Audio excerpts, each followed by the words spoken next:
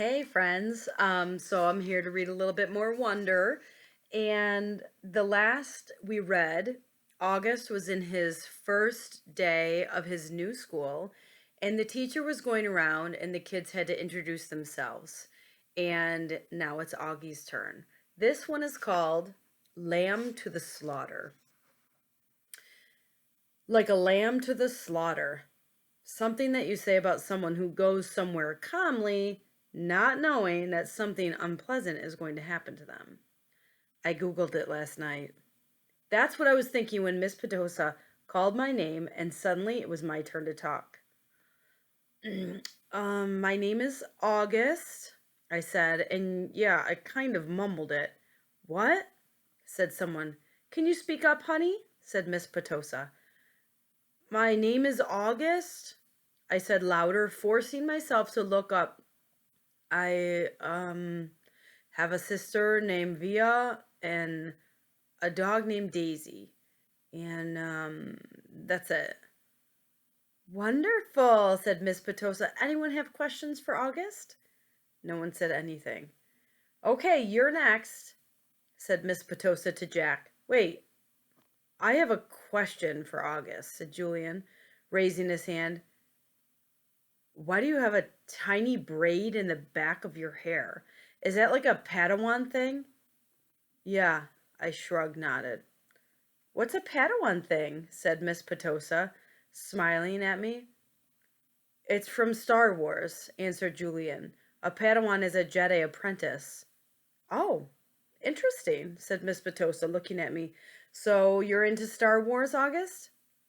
I guess. I nodded, not looking up because what I really wanted was to just slide under the desk. Who's your favorite character? Julian asked. I started thinking maybe he wasn't so bad. Jango Fett. What about Darth Sidious? He said. Do you like him? Okay, guys, you can talk about Star Wars stuff at recess, said Miss Petosa cheerfully. But let's keep going. We haven't heard from you yet, she said to Jack. Now it was Jack's turn to talk, but I admit I didn't hear a word he said. Maybe no one got the Darth Sidious thing, and maybe Julian didn't mean anything at all, but in Star Wars Episode 3, Revenge of the Sith, Darth Sidious' face gets burned by Sith lightning and becomes totally deformed. His skin gets all shriveled up and his whole face kind of melts. I peeked at Julian and he was looking at me. Yeah, he knew what he was saying.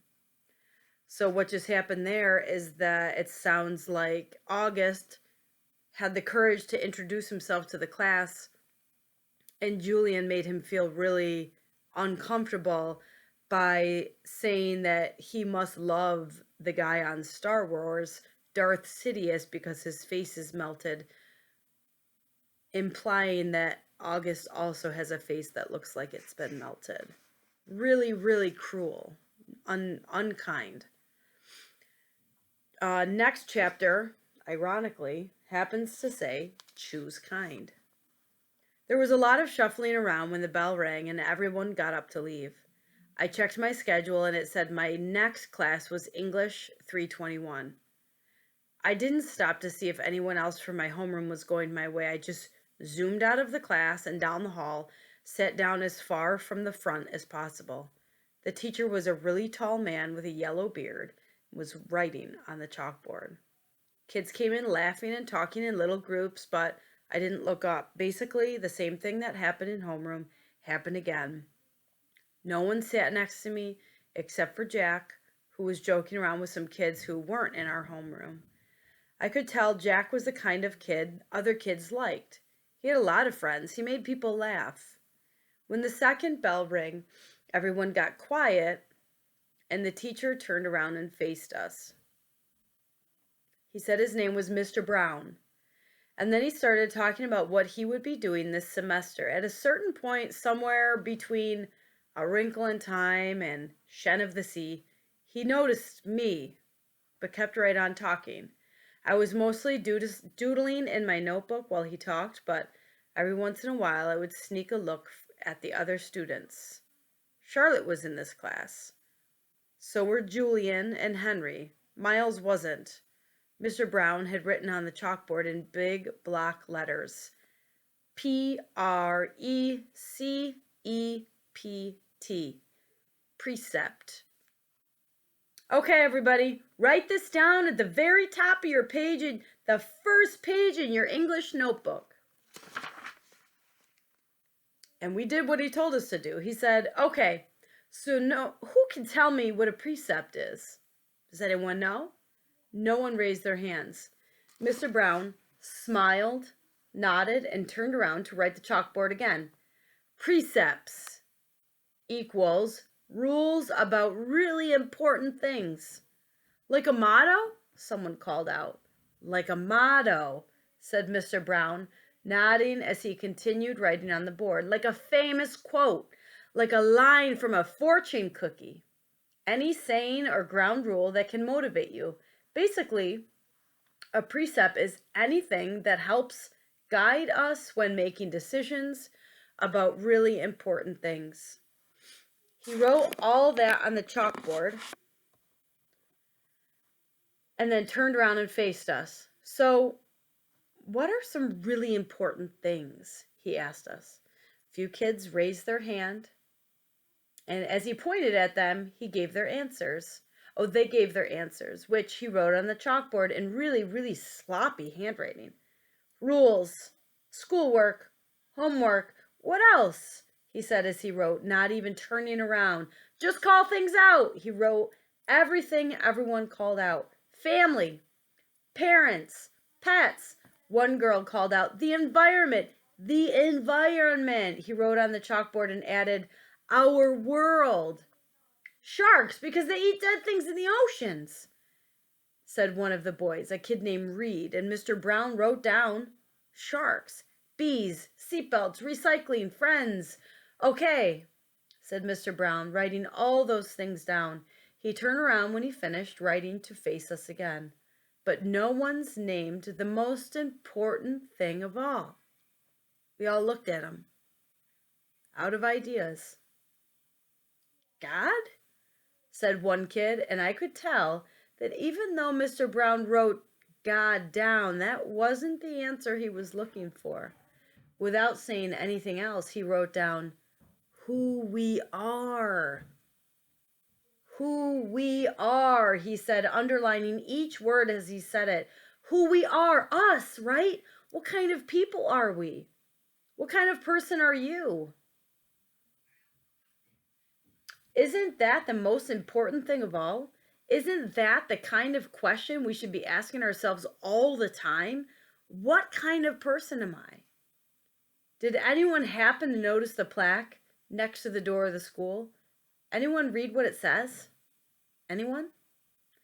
He looked around, but no one knew the answer. It says, know thyself, he said, smiling and nodding. And learning who you are is what you're here to do. I thought we were here to learn English, Jack cracked, which made everyone laugh. Oh, yeah, that too, said Mr. Brown answered, which I thought was very cool of him. He turned around and wrote big, huge block letters that spread all the way across the chalkboard. Mr. Brown's September Precept. When given the choice between being right or kind, choose kind. I'm going to read that again. When given the choice between being right or being kind, choose kind. Okay, so everybody, I want you to start a brand new section in your notebook and call it Mr. Brown's Precepts. He kept talking as we did what he was telling us to do. Put today's date at the top of the first page, and from now on, at the beginning of every month, I'm going to write a new Mr. Brown precept on the chalkboard, and you're going to write it down in your notebook. Then we're going to discuss that precept and what it means. At the end of the month, you're going to write an essay about it, about what it means to you. So by the end of the year, You all have your own list of precepts to take away with you. Over the summer, I ask all my students to come up with their very own personal precept, write it on a postcard, and mail it to me from wherever you go on your summer vacation. People really do that? One girl, whose name I didn't know. Oh, yeah, people really do that. I've had students send me new precepts years after they've graduated from school, really. It's pretty amazing.